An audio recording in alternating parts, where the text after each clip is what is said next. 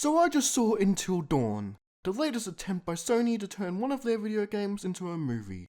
It's a movie that wants to be a faithful adaptation of the game, and also a movie that wants to be completely 100% its own thing. And in trying to do both, it comes across as unbalanced and not really a good time. Until Dawn follows a group of friends who travel to a remote location where a year earlier, a relative of one of the main characters died, and now the group has to survive until dawn while facing a bunch of classic horror movie tropes. If you're wondering why I just described the plot of the game, that's because it's also the plot of the movie. And that is basically where most of the similarities to the game ends. It carries with a couple of more elements like a character named Dr. Alan Hill played by Peter Stormare, and Wendigos do appear, but it uses the setup for the game but completely goes off in its own direction. The characters end up at an abandoned welcome centre where, as the night goes on, they are killed and reawaken at the beginning of the night, except each time the night is different. This allows the film to explore a bunch of different types of horror movie plots. The first two we get to explore are a classic slasher movie like Halloween, and then a very mystical horror like Paranormal Activity. That's all the ones I'll mention, but it goes through quite a few. It allows the movie to pay tribute to pretty much the entire 80s to 90s horror film era in some very creative ways. However, I think I spent too little time on each night.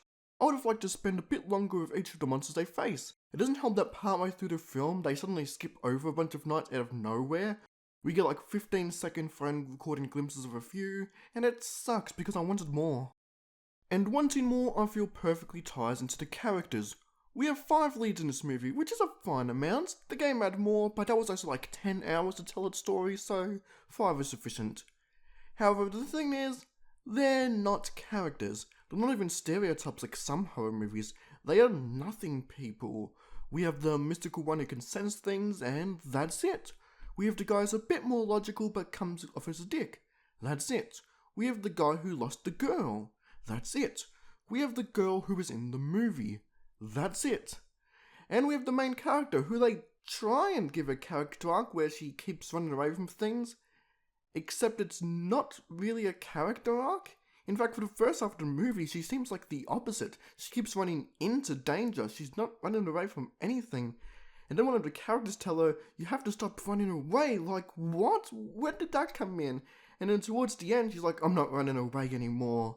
Like, she changed throughout the movie. No, that's 2 points. That's not a character arc. That's barely a character line. It just makes it so I have no interest in these characters. Normally, I either like the characters and want to see them survive, or I don't like the characters and I want to see them die bloody brutal deaths.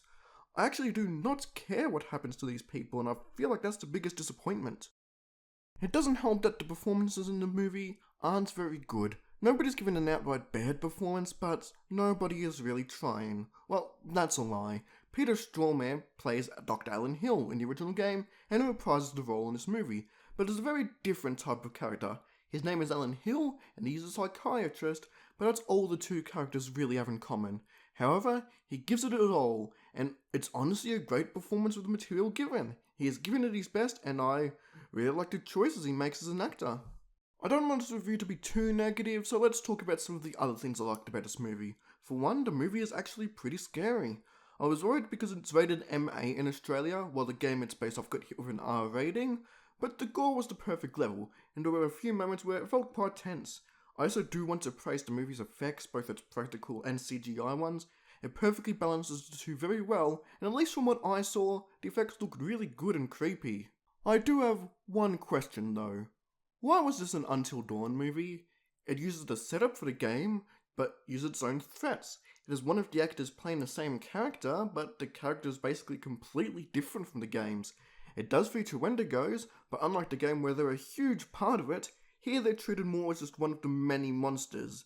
This feels like it's on the good end of an early 2000s video game movie where you recognise a few bits, but it tries to replace other bits, and what it replaces it with isn't that good.